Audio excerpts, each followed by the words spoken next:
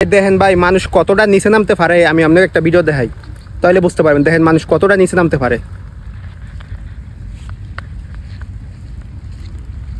এই যে দেখছেন ভাই এই গরুর বাছুরটা, এই যে এতক্ষণ যে বৃষ্টি হইলো এখানে, এতক্ষণ বৃষ্টির সময় এই গরুর বাছুরটা এখানে ছিল।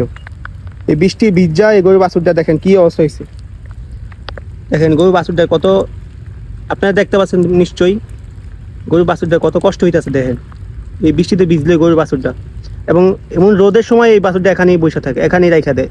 আর দেখেন বাছুরটার বয়স বেশি হলো 2 থেকে 2.5 মাস হইব।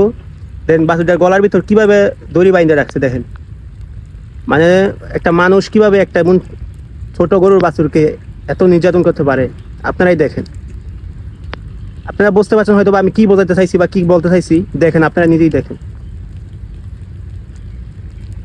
এমন ছোট বাছুরটার ভিতর গলার ভিতর দড়ি বাইন্ধে রাখছে। দেখেন মানবতা কই ভাই? মানবতা আছে তো? মানুষের কাছে মানবতা আছে? এটাই আমার প্রশ্ন।